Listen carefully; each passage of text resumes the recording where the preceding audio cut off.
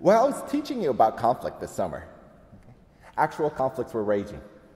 Some of us come from Iraq. I think in the beginning of the summer we had the liberation of Fallujah, to one of the most devastating car bombs Baghdad has ever seen. Some of us are coming from Turkey, where we had a devastating attack in an airport there, then a military coup. Even those of us from the US, we had the Orlando attacks. And then in Europe, we had attacks in Nice, Munich, and most recently, Normandy. It's becoming quite a depressing pattern.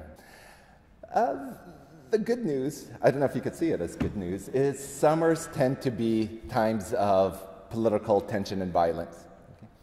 Iraq has had 2 summer revolutions. They were just bloody military coups. But unfortunately, once the summer will pass, there seems to be conflicts that will continue. I do most of my research. I've been following what's called the Islamic State since its early emergence in 2006. And I'm often asked, you followed its emergence, how will it collapse? And the answer I always give is, there is no easy answer. It's not going to collapse all of a sudden. It's an idea.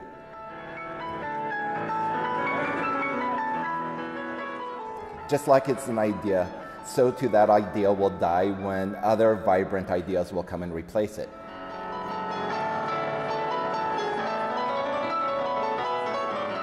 And if there's any kind of silver lining to a summer like this, is that during the summer of terror, basically, there was this summer that you took part in.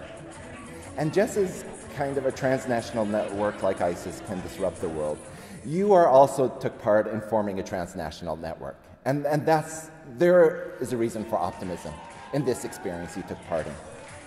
Because not only did all of you come together, you shared a similar experience.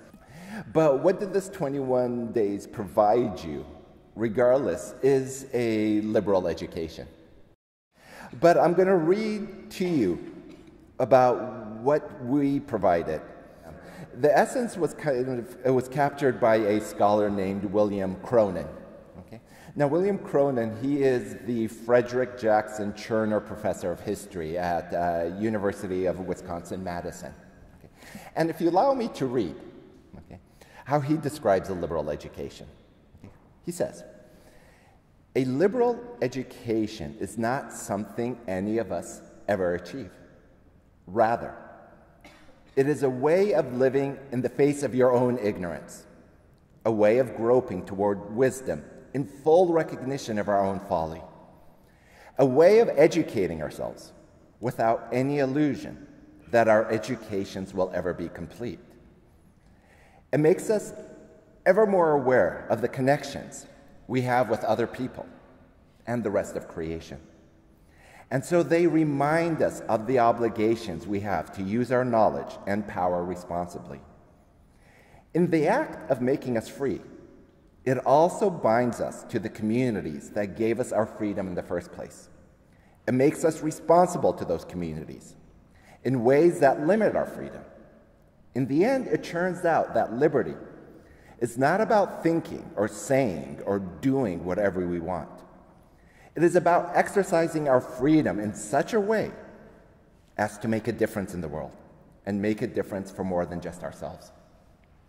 So having said that, now that you've gotten this liberal education, here's another thing I want you to think about, because we've studied a lot of depressing conflicts, and hopefully some of you will make a difference in those conflicts. Okay? But otherwise, what can you do? And the word I want you to kind of come away with, my final lesson to you, is think of what the word passion means. Okay? And when you think of the word passion, what comes to mind? Literally, what does the word passion mean? Passion means suffering. Okay? Think of it, when we say the passion of Christ, okay, we're talking about the suffering of Christ. Okay? And this is my last lesson to you. I'll try to think. What is your passion? Have you found it yet? And if not, how will you find it? And this is the way to think about it. If passion is suffering, then ask yourself this: what is it in your life without which will cause you to suffer? I already know my answer. Okay. What causes my suffering is the fact that this class is end.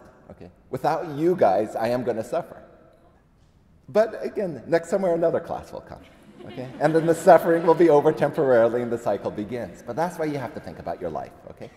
And then once you try to find what your passion is, okay, what is it that if you're deprived with, you'll suffer? Try to think of the word compassion.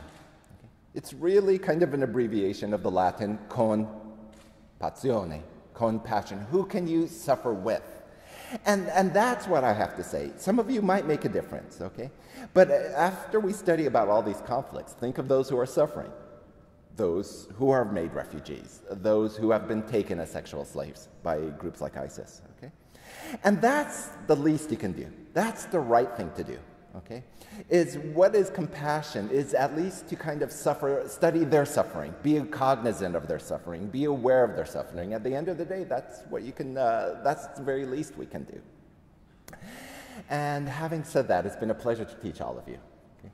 And I look forward to keeping in touch with you. And I know you will change the word. Okay, you've changed me already. Thank you.